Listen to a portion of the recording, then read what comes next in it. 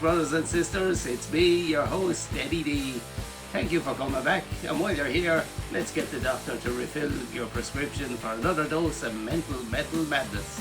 Say hey, Dr. D. Yeah, Dr. D. Good to have him back in the studio again. In this week's episode, we have the Double D Dairy Boys, Dylan and Daniel of Underveil. Now, this music was sent through the IMhC website, like all you bands can do. Go on the podcast or make the IMhC playlist. Their sound really caught me, and it's very surprising when you hear the story of where it was produced and who produced it. Their haunting melodies and dark sounds really are captivating. Have a listen to their music. They released their first two singles this year, The Revenant and No Mercy. But that's enough of me blabbling on.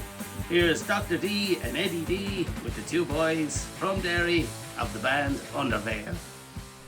Perfect. So Dylan and Daniel, thanks a million for coming on tonight. Recently I got sent your music from Craig, who's an old buddy of mine. He used to be he's still involved with the International Metalheads Club. He used to run everything up the north for us. And then he sent me your music. He sent through a song, The Revenant, and the minute it came through, I knew he'd have something, because the minute we started looking for music, straight away he sent it through, and he's definitely looking after you anyway. But where did you come up with this sound? Because it's...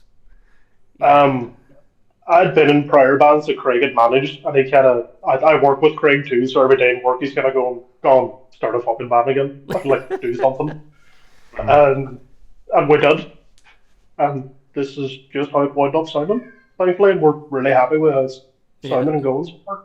Yeah, we were going for something melodic, and then I suppose the orchestral idea. I'm not sure where that came from. Maybe that was you, Dylan. I suggested adding some orchestral stuff, and I think that really helped shape the sound of the track so far. So yeah, kind of keeping things melodic, but also having that aggression and power there. Yeah, the orchestral stuff kind of came about where I just started messing about with a MIDI keyboard and was like, oh, that sounds class. Let's do that. So there's no real thought behind it, to be honest. Yeah, it's strange. It just kind of worked. Yeah, it just gels together so well. It's kind of... Yeah, it sounds like you nearly have a symphony behind you in certain parts. It's probably the 8-string guitars too. I think because they're so low, there's a lot of space for the orchestral stuff in the kind of mid and the high range, because usually 6-string guitars are mainly mid frequencies, and when you're using 8 strings, it's kind of towards the lower end.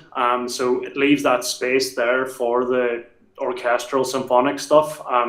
And that was just kind of, we worked that out just by experimenting and playing around, and it worked really well adding the orchestral stuff in with the 8 strings.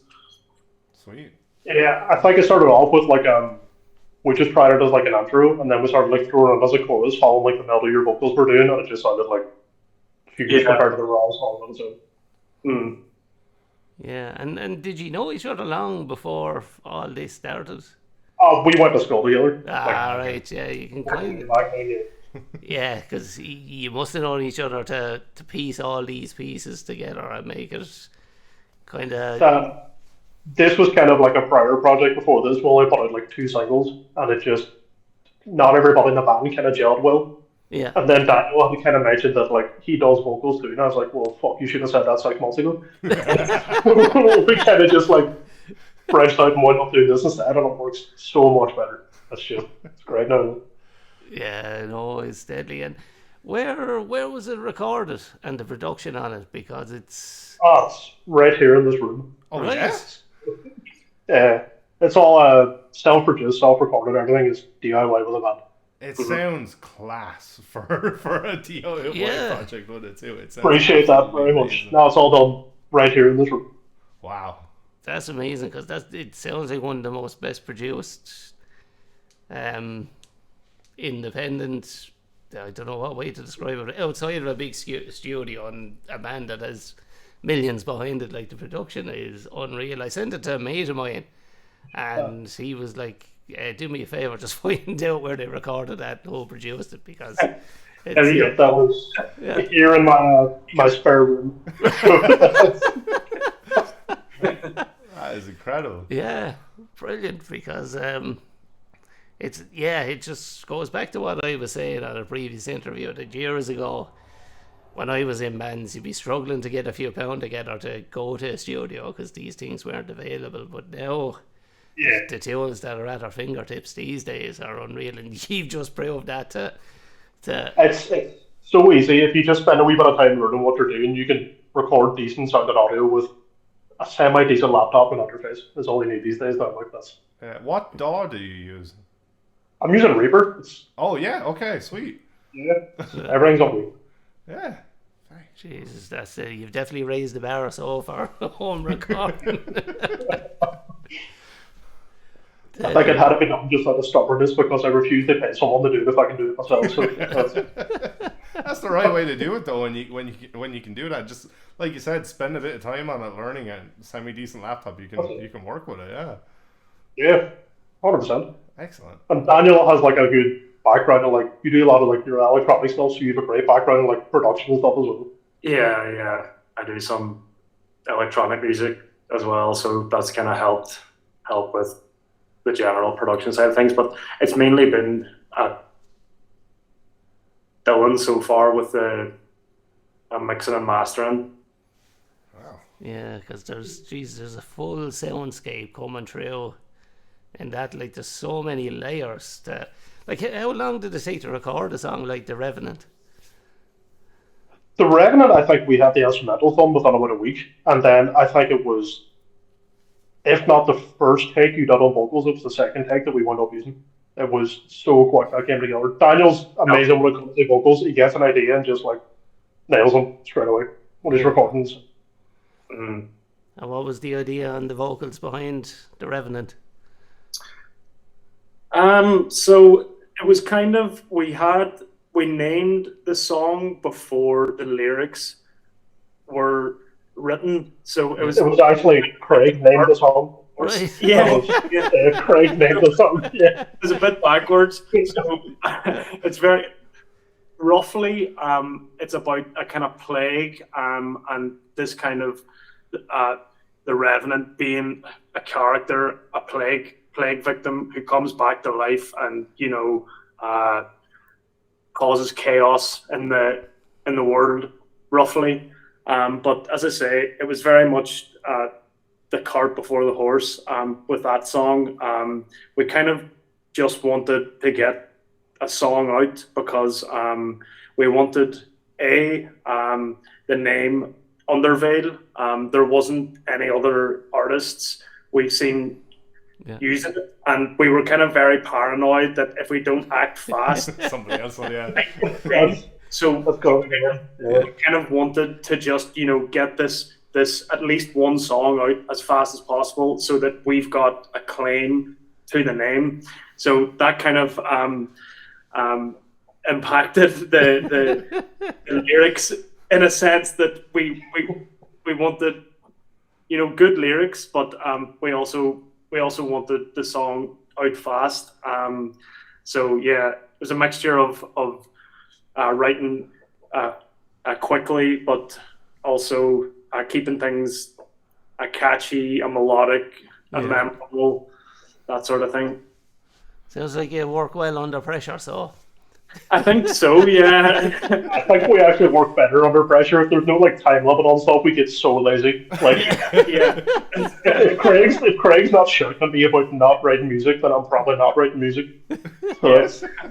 Craig just messaged me here now. He wants the third single out by next Friday. Done.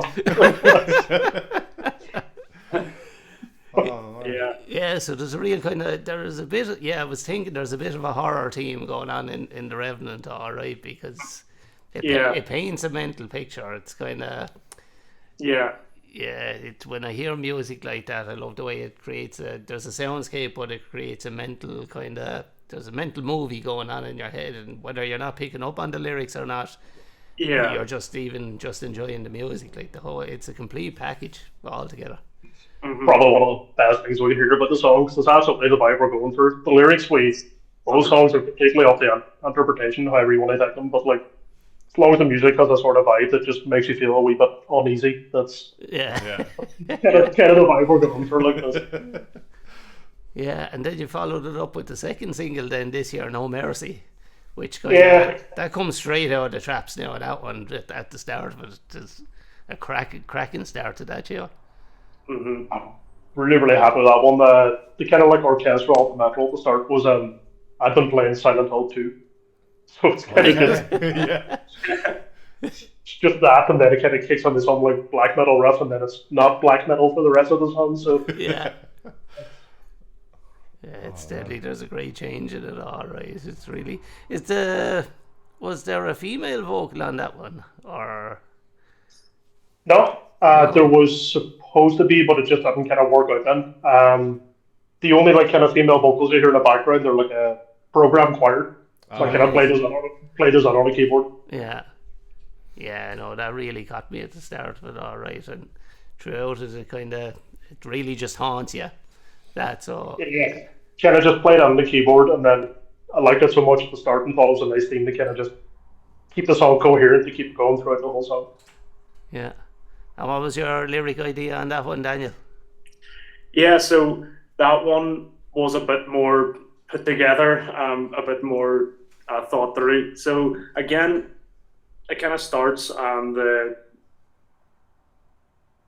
lyric writing process would be I'll hear Dylan's guitar tracks, the orchestral, and I'll have a general theme or vibe of the music, and then from there I'll kind of have a picture in my head, like a soundscape or a kind of theme, and then I'll start writing. And that one was very much about oppression and kind of onslaught. And again, that's just from the sound of the music. It kind of feels claustrophobic. Yeah, the general theme was oppression, fighting through oppression, and then like you said, like a why not like wars about like religion came out of that. Doesn't matter what side of that you're on, but like religion shouldn't come under warfare. That's that's all the way in that song. Yeah, it just kind of is nearly, when I'd be listening to it, it's nearly like oppression on a battlefield. It's just, it's like you're getting hammered down in the middle of it. It's nearly like, you're surrounded and you have to fight your way out, kind of. Exactly, yeah. I just remember not being like overly keen on the song, and he sent me the vocals, and I heard what he done with the chorus, and I was like, yep. That one's a go, yeah. And when you're working on it together, because Daniel, you're in Belfast and Dylan, you're in Derry, so do you work it online or do you meet up and actually go through it together? Daniel comes up to Derry pretty often anyway, so we kind of meet up and mess about that sort of way. Yeah. I suppose Derry's a hard place to stay away from, so the more you can get there, the better. Yeah, it's even harder to get out of, so. Yeah, well, I went up there a few times. They weren't long running me out of it, so. My condolences. And how's the metal scene in Derry these days? Because I know Craig had a great thing going on up there years ago. Dead. Go away. There is no metal scene in Derry. Yeah. There are plenty of metal bands in Derry, but as far as like the metal scene happening actually in Derry, that's just not existent. Yeah, that's mad because he used to run a night called, I think it was the Trauma around one Friday a month. He used to run the International Metalheads Club Metal Nights up there. Yeah. And, me and Craig for a long time there as well ran the Throners, and we would have put gigs on. But we kind of noticed like every time we put a gig on, there was just less and less people coming out, so it just... Yeah. The scene's dead here. But unfortunately, it seems that way all over Ireland at the moment. Now there's only little pockets of venues around the place to gig. So where would you say you might be gigging now when it comes to taking this on the road? Say we'll be definitely looking at Belfast as a start anyway. Yeah. Belfast and Dublin. Voodoo in Belfast seems to have a relatively good scene. Yeah. Fibbers in Dublin normally always have great metal nights on. Yeah. Fibbers. There's McHugh's as well in Drogheda. They're trying to establish themselves now as a good metal venue, so they'd be definitely one. And there's a festival happens every year in Cavan. That's Scream For Me Festival. That's pretty fucking good as well. Right, Scream For Me Festival. I haven't heard of that one. Scream For Me in Cavan. That's great festival. It's definitely worth looking at if you haven't seen that before. I actually told you about that a couple of months ago and you forgot about it. Was I drinking? Maybe. It's a great festival. Surprising place to have a metal festival, but it's a great festival. That's why, I kind of, surprised Cavan. No, fair play to the people in Cavan for putting that on. I think there used to be Sligo Whiplash, but I think that's gone now as well. Yeah, and Cork, there was a few places in Cork, I think. Crushing On is gone, I think, and Mainly only Fred Zeppelin's. Fred Zeppelin's, that's a little small, tiny venue. But if you get, I don't know. Yeah, but like there's so many like big touring bands from the States come over and play Fred Zeppelin's, which is so fucking weird because it's such a small venue. Like I think Die Artist Murder played there last year. Yeah, which is such a fucking small venue for a band that size. It makes for a good crack though when you're all squashed in there. That's brilliant. Yeah. Yeah, I probably need to get down that venue sometime. Yeah, deadly. Yeah, so that's single 1 and 2 out. What's next in the line for Underveil? An EP is definitely next. We're deep on it right now, so I think that's a nice move. We have loads of stuff coming. Like we've, I don't know, about 8 songs or so we're working on, and we're deciding whether one big EP or an album, or else do, I don't know, 2 small EPs. Yeah, 2 EPs, or else a few more singles, and then the EP.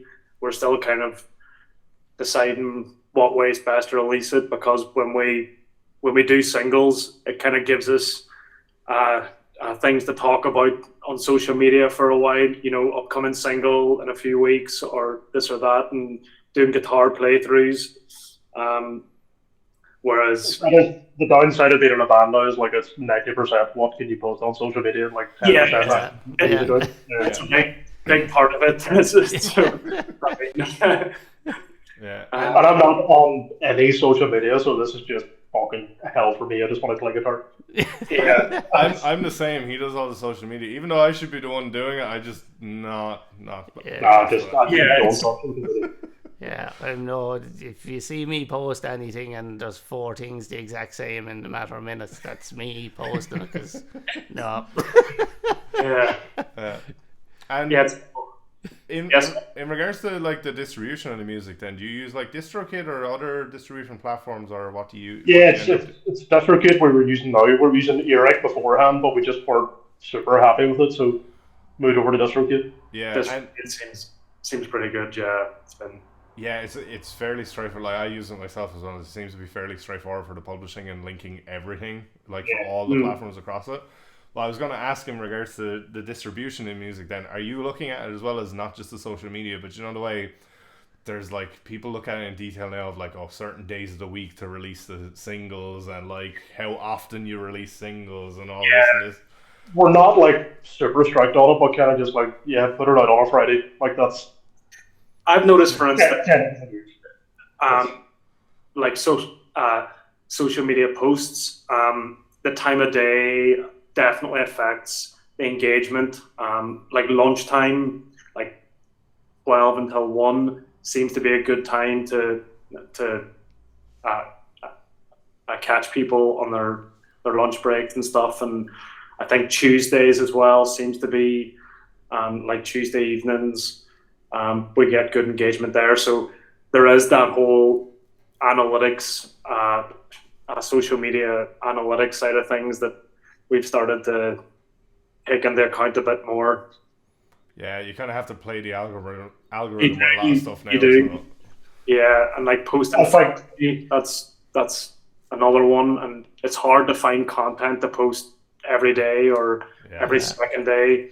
So it's a whole second like layer of challenge of being in a band in 2026 is finding content, and like you're almost like an influencer in a sense. Like you have to find content, and without kind of selling yourself out too much. Like we don't want to be doing selfie videos and like reviews, or like, you know, doing random stuff that's not really related to our, I know, like memes and stuff. We don't really want to go down the meme path or like that's a thing. But so I thought social media with bands now, we're about like a year away from like every band having to have an OnlyFans now just to have a presence online.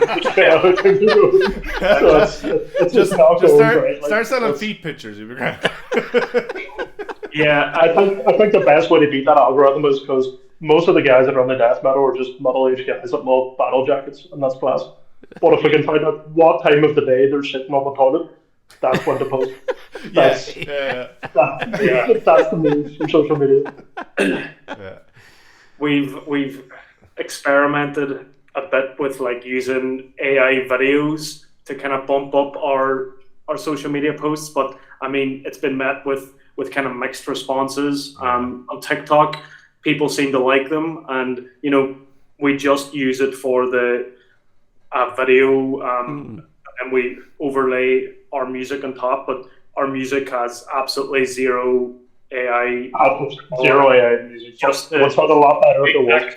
But we experimented just to have more things to post on our socials, having some AI generated content, and again, it's been met with a mixed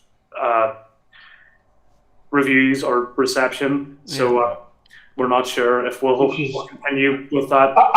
Absolutely understandable. We prefer to step away from that. As the band grows, we'll have more stuff to post, and we're not relying on just simple content we can churn out just to fire up on Instagram. Like. Yeah, it is kind of a tricky one, because when a band is starting out, you can't be like Iron Maiden and suddenly afford Derek Riggs to do your artwork. You're going to need to start somewhere. There's a lot of hate for it, but yeah, I know people say, oh, you should be paying artists, but half us don't know an artist, half us can't afford an artist. I started doing digital art now, so like the No Mercy track that I drew that, so we started moving on to just doing our own stuff now. I want to get to the point where we can do everything ourselves. Yeah, that's ideal. Yeah, and by the sounds of it, you're getting there, because if it's going to work out as good as the music, it's definitely, you're going to be coming up trumps, all right. We're definitely trying in a way. As far as like gigs and stuff go, it's not going to be anything before like Wonder this year. We just want to like get in their practice room and grind as much as we can. We don't want to have a stage before we're ready. Yeah.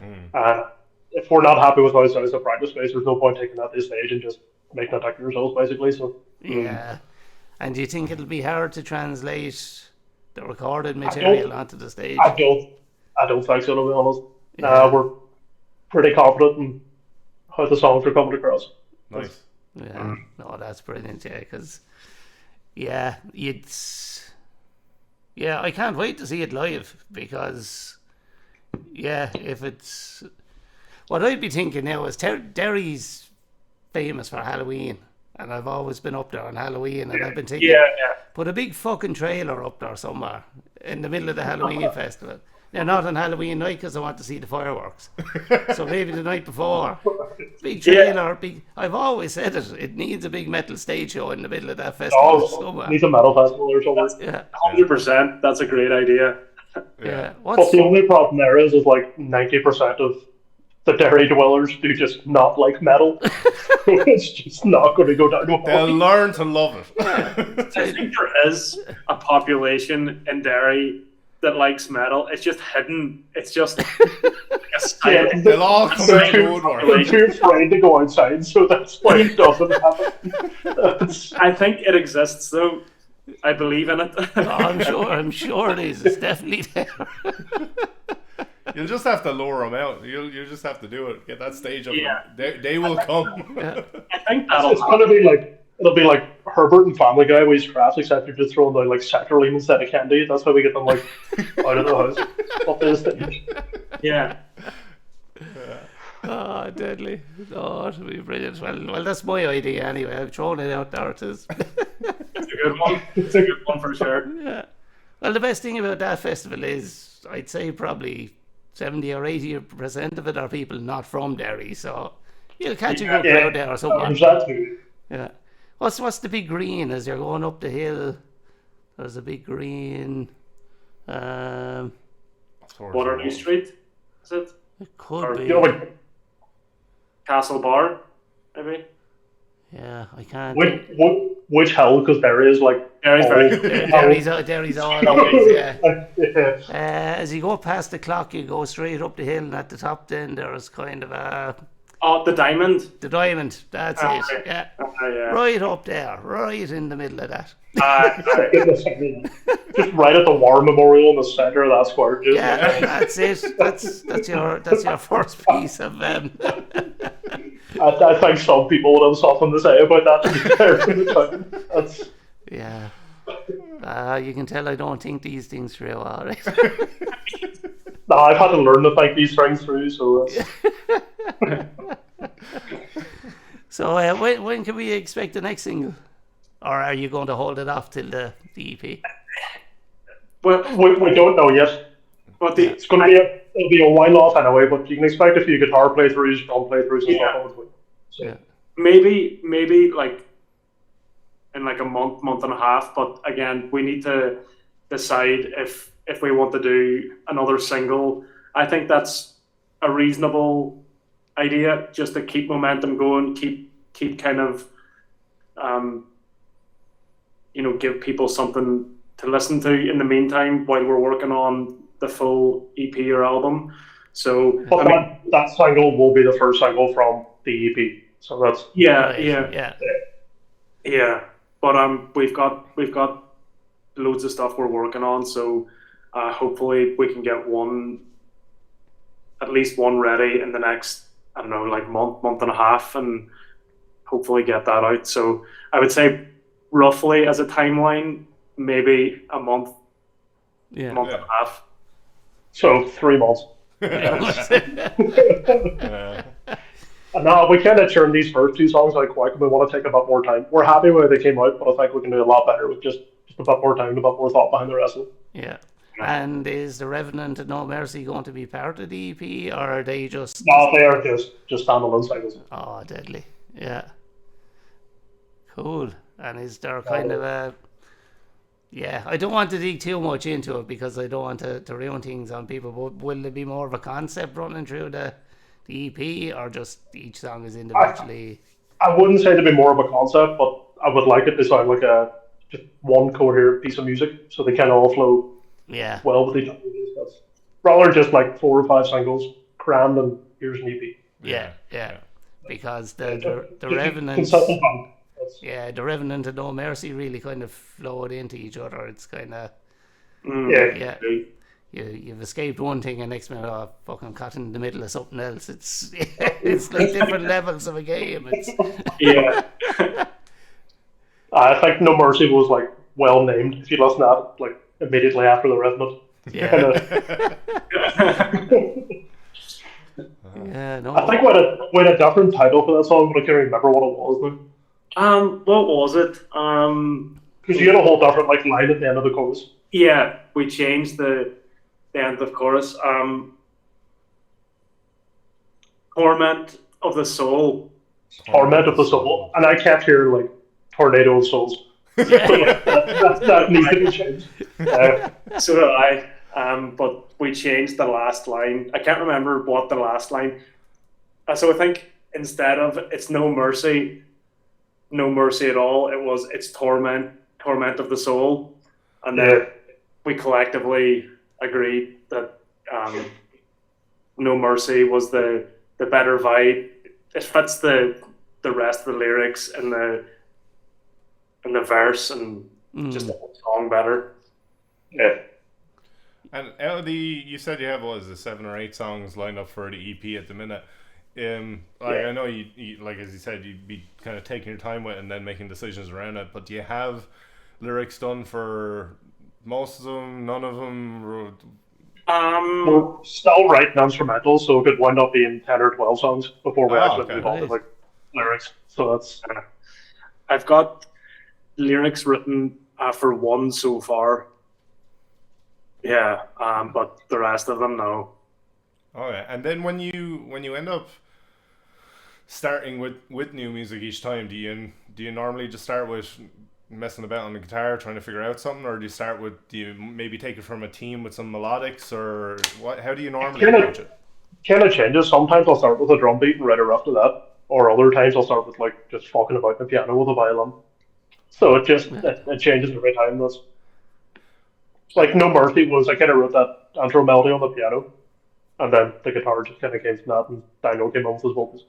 And do you find you start changing it a lot or a bit from that original piece? Like, do you find that? I have to be told to stop. Okay. Yeah, I keep changing it and keep changing it to the point where I'm like mad and go, fuck, I hate the song now. Yeah, I find that's the struggle as well. Like in my own band when we're doing music, is like, right, you get into a somewhat good foundation, and it's like, well, we can tweak this. It's like, we can tweak this. Then we go out and listen to it in the car. It's like, no, we have to do this and this and this and this. And like, you just keep going and going and going. And then, like, several times, I think we've had 3 or 4 songs. It's just like, no, we're not doing them. We're done with them. We're sick of them. I think Daniel gave me a great quote because I'd done like 8 mixes on No Mercy before we were like done mixing the song. You said something like, art is never finished. But what was the quote from that artist that you gave me?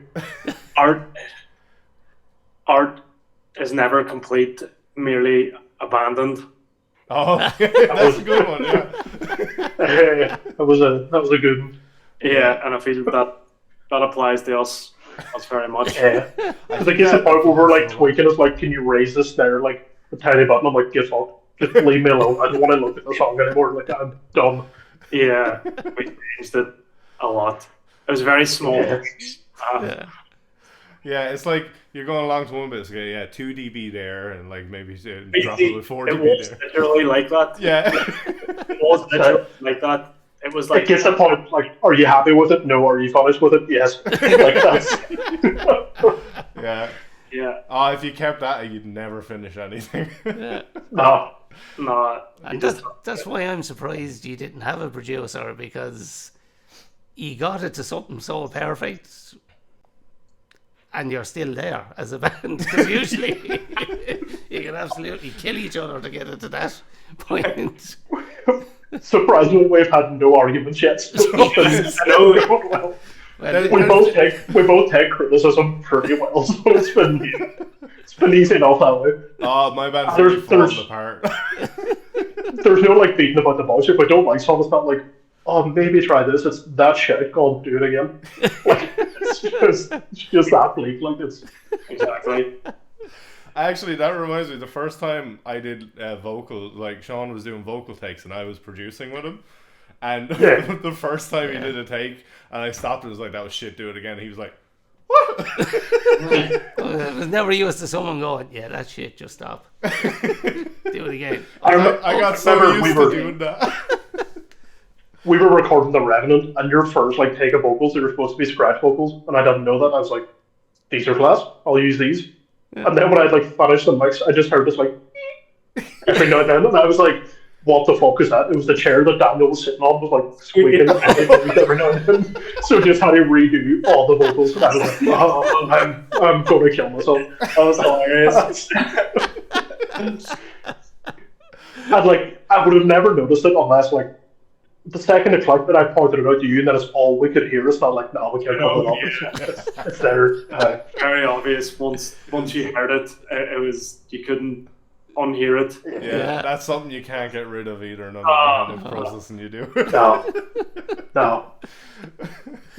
But I was so fuming because I was so happy with the mix that every time I was putting the headphones on, I was like, yes. And I was like, no.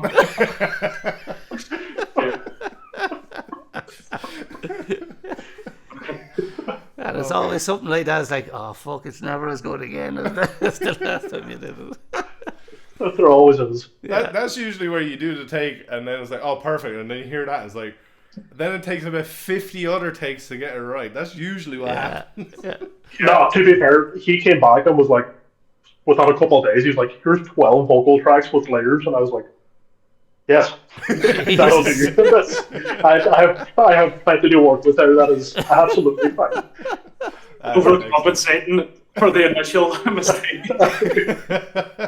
Well, the initial one you didn't even tell me was even supposed to be used. You were like, oh, they were scratch tracks. And I was like, True. tell me that. Yeah. Oh, that's excellent. Jesus, yeah, it's just mad that. Yeah, no, I'm well impressed. Like, it's still wrapping my head around it that it was done in that room now. Yeah. It's all right there at that computer. Oh, sweet. There you go. Awesome. Yeah. And it's just me in the spare room that my wife has let me take over. That's... Yeah, we took over one of the lads. He converted his attic, and we took over the entire attic. Nice. No, I had this sold as we have a pet snake, so it's the snake's bedroom, and I just kind of moved all my guitars on it. So, That's the snake's bedroom. I'm just in the snake's bedroom, so that's how that worked. Oh, nice. Oh, deadly. She hasn't caught on yet, so we'll see how we keep going. It's been 4 years, so I might be in the clear. Oh, excellent. So you're off to a great start anyway. So where do you kind of imagine it going for you? Like it's all downhill from here. Like it's just going to be worse and worse from here. Like it is. yeah, because you have two tough tracks to follow. That's for sure. No, I think the new music definitely tops those two tracks. Definitely. Yeah, I think yeah, get the EP out, get gigging, and kind of build more momentum and see where things can go. I mean, we're both very excited about the project. We both believe in the project and we're enthusiastic about it. So I mean, who knows where it can go? But yeah, we're enjoying it and we like the music. We like writing the music. We work well together, which is a big, very hard to come by music. That's always been the hard part about previous bands is personality clashes or like small differences, and even if the other people are great musicians, things can fall apart very easily because of just personality clash and stuff. But we get along so well that yeah, it's given us both a lot of belief in the project and enthusiasm for it. That and we're both just super competitive. Daniel was like way better than me guitar growing up, so now I'm just like, fuck you, I'm gonna write better riffs. And then he just has to write a better song then, and it's constantly just trying to top each other. So Exactly. some friendly competitiveness in the band definitely helps a wee bit. 100%. Yeah, It does, yeah. That is excellent. Yeah, it sounds like those are the magic ingredients, all right, and you have them there in spades by the sounds of it. It's just pure spite and alcohol. That's where you get a band going like this. Oh man. So you're on the hunt for a full-time bassist at the moment. So just to tell Full-time bass player. just to tell everyone where they can send their demos or how to get in contact with you. You can find us on Instagram or Facebook at just Underveil or underveilband@gmail.com. Yeah. Sweet. You can get us on those. Or Craig at the Throner Management. Because if I don't mention Craig, he's going Don't to shut forget up. Craig, yeah. Have we mentioned him enough times in this episode? That was the thing. I hope so, because he's going to get the whop out tomorrow if that happens. So. You have a week to prepare. Yeah. You would just say, Craig, they edited the shit out of that. We talked about it for 20 minutes. The entire podcast was Craig. We never even mentioned the band once. That's all out. They promised me they were going to call it the Troner episode.